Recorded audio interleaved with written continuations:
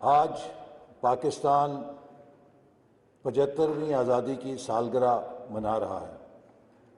اور 2013 میں جب ہم نے حکومت کی باغ دوڑ سنبھالی تھی تو کم و بیش ایسے ہی حالات سے پاکستان گزر رہا تھا۔ اس وقت تقریباً 18 گھنٹے بجلی نہیں ہوتی تھی، ہر روز خودکش بمبار پاکستان میں پھٹتا تھا۔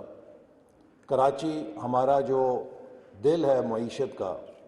وہاں پر اگر کوئی مرد گھر سے نکلتا تھا تو اس کی ماں، بہن یا بیوی مصلے پر بیٹھ کے دعا کرتی تھی کہ شام کو وہ خیریت سے گھر آ جائے۔ لیکن اللہ تعالیٰ پہ بھروسہ رکھ کے جب ہم نے وہ سفر شروع کیا تو 3-4 سال کے اندر الحمدللہ دہشت گردی نے بھی شکست کھائی، اور وہ ملک کے جس میں 67 سالوں میں 18,000 میگا واٹ بجلی کے منصوبے لگے تھے، میں پھر دہراتا ہوں، 67 سالوں میں 18,000 میگا واٹ بجلی کے منصوبے لگے تھے، وہاں 4 سالوں میں 11,000 میگا واٹ کے نئے منصوبے لگے اور ہم نے لوڈ شیڈنگ کو شکست دی۔ اسی طرح پورے ملک میں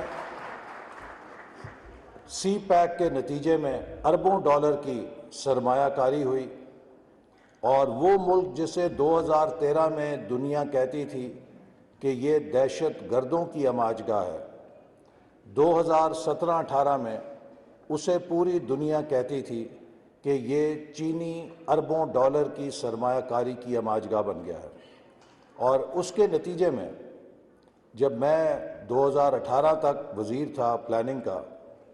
تو یہ عالم تھا کہ امریکہ، یورپ، جاپان، برطانیہ، مشرق وسطیٰ، ہر ملک کا سفیر مجھ سے آ کے یہ تقاضا کرتا تھا کہ ہمیں یہ بتائیے کہ ہمارے ملک کی کمپنیاں سی پیک کے تحت پاکستان میں کہاں سرمایہ کاری کر سکتی ہیں، ہم سی پیک کے تحت پاکستان میں کہاں داخل ہو سکتے ہیں اور کس طرح اشتراک کر سکتے ہیں۔ ہر غیر ملکی وفد، ہر غیر ملکی سفیر کی زبان پر یہ تقاضا ہوتا تھا کہ ہمیں بھی سی پیک کی چھتری کے نیچے پاکستان میں سرمایہ کاری کی جگہ مل جائے۔ 2013 میں پاکستان کا ترقیاتی بجٹ 340 ارب روپے تھا،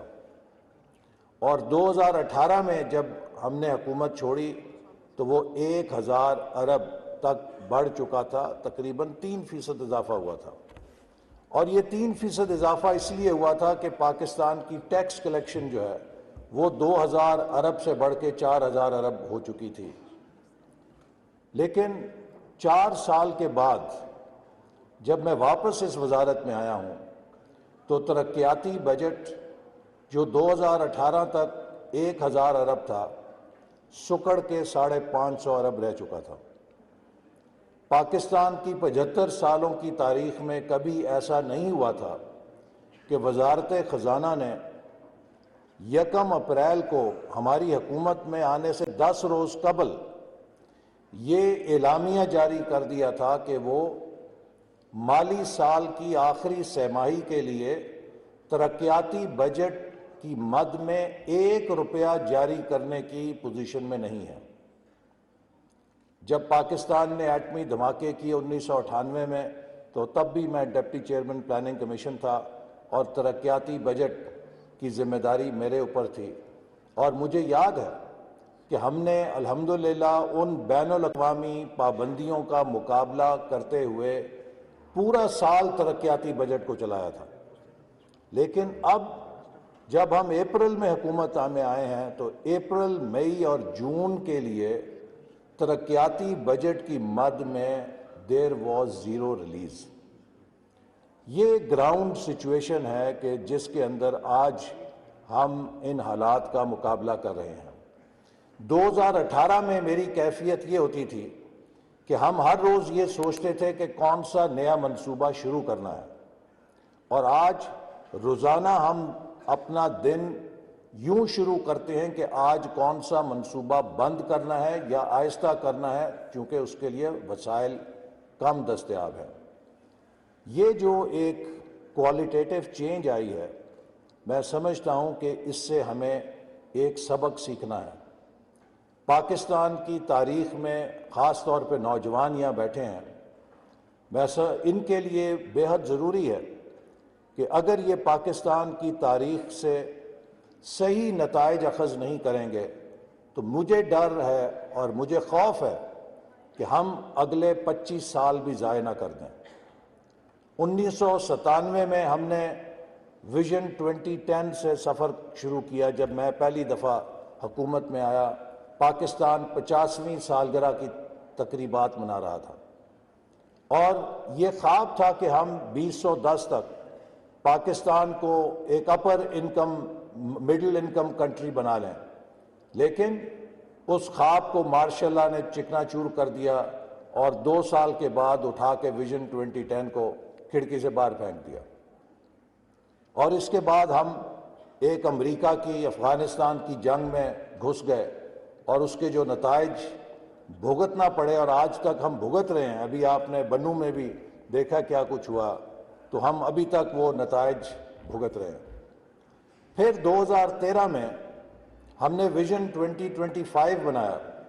اور یہ گول سیٹ کیا کہ پاکستان کو 2025 تک ٹاپ 25 اکانومیز میں لے آئیں گے، اور بہت سے لوگوں نے ہمارا مذاق اڑایا کہ آپ شیخ چلی کے خواب ہمیں بیچ رہے ہیں۔ لیکن 4 سالوں کے بعد 2017 میں پرائس واٹر ہاؤس کوپرز، جو دنیا کی ٹاپ کنسلٹنگ فرم ہے،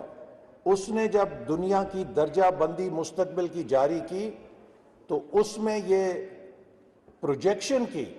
کہ اگر پاکستان اس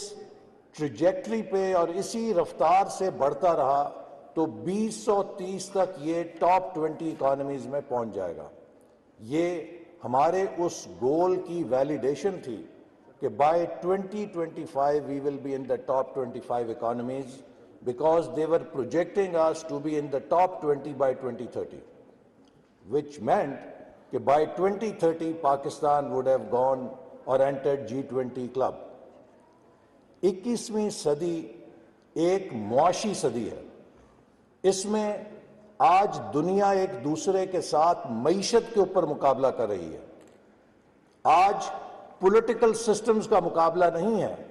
کہ کس کے ہاں بادشاہت ہے، کس کی ون پارٹی سٹیٹ ہے، کس کی ڈیموکریسی ہے۔ یہ ان کا داخلی معاملہ ہے کہ اس ملک کو چلانے کے لیے اس ملک کو کیا سیاسی نظام اچھا لگتا ہے۔ لیکن بین الاقوامی جو گروپنگ ہے وہ معاشی بنیادوں کے اوپر ہے کہ کس ملک کی کتنی فی کس آمدنی ہے۔ اس کی بنیاد پہ آپ G7 میں جاتے ہیں، اس کی بنیاد پہ آپ G20 میں جاتے ہیں، اور اس کی بنیاد پہ ہم G77 جو دنیا کے ترقی پذیر ممالک کا کلب ہے اس کے ممبر ہیں۔ تو اگر ہم نے G77 سے G20 میں جانا ہے اور خود کو اپ لفٹ کرنا ہے تو ہمیں نہایت تیز رفتاری کے ساتھ معاشی میدان کے اندر ترقی کرنی ہے، اور معاشی میدان میں اگر ترقی کرنی ہے تو 75 سال ہمیں یہ بتاتے ہیں کہ ہمارے پاس نہ ٹیلنٹ کی کمی تھی، نہ ہمارے پاس پالیسیز کی کمی تھی، نہ ہماری انتظامی صلاحیت میں کوئی کمی تھی۔ ہم ہندوستان اور بنگلہ دیش سے کسی چیز میں پیچھے نہیں تھے۔ اگر کمی تھی تو ایک چیز کی تھی کہ ہمارے ہاں پولیٹیکل سٹیبلٹی اور کنٹینیوٹی آف پالیسیز نہیں رہی۔ آج 75 سالوں کا نچوڑ یہ ہے کہ پاکستان بہترین دماغ رکھنے کے باوجود، بہترین انتظامی صلاحیت رکھنے کے باوجود، بہترین پالیسیاں بنانے کے باوجود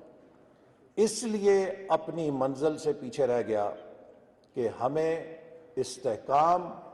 اور تسلسل حاصل نہیں رہا۔ آپ اگر دنیا کا بہترین بیج لے کر آئیں، گندم ابھی بیجی گئی ہے، آپ بہترین بیج زمین کے اندر لگا دیں، لیکن اس بیج کو لگانے کے بعد اگر آپ کھیت میں ہل چلانے سے باز نہیں آئیں گے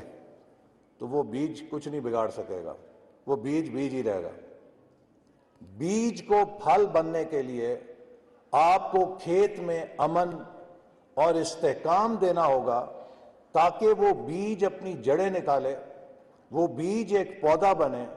اس پودے کو پھل لگے، وہ پھل پکے اور آپ اسے کھا سکیں۔ لیکن اگر آپ اس عمل کو پورا نہیں ہونے دیں گے تو پھر آپ جتنی بہترین پالیسیاں بنائیں گے ان سب کے نتائج لا حاصل رہیں گے۔ اور پالیسیز جو ہیں وہ کم از کم 10 سال کا تسلسل چاہتی ہیں۔ ہمارا ہمسایہ ملک ہے بھارت، اگر آج اس نے ترقی کی ہے تو اس لیے ترقی کی ہے کہ وہاں پر ہر حکومت نے 2 ٹرمز لگاتار پوری کی ہیں، ڈیکیڈز کے تسلسل تھے، چاہے وہ بی جے پی تھی چاہے وہ کانگریس تھی، ان کے 10 سال کے ٹینیورز ہیں جس میں ان کی پالیسیز نے جڑیں پکڑیں اور ان اقتصادی پالیسیوں نے اپنے نتائج دیے۔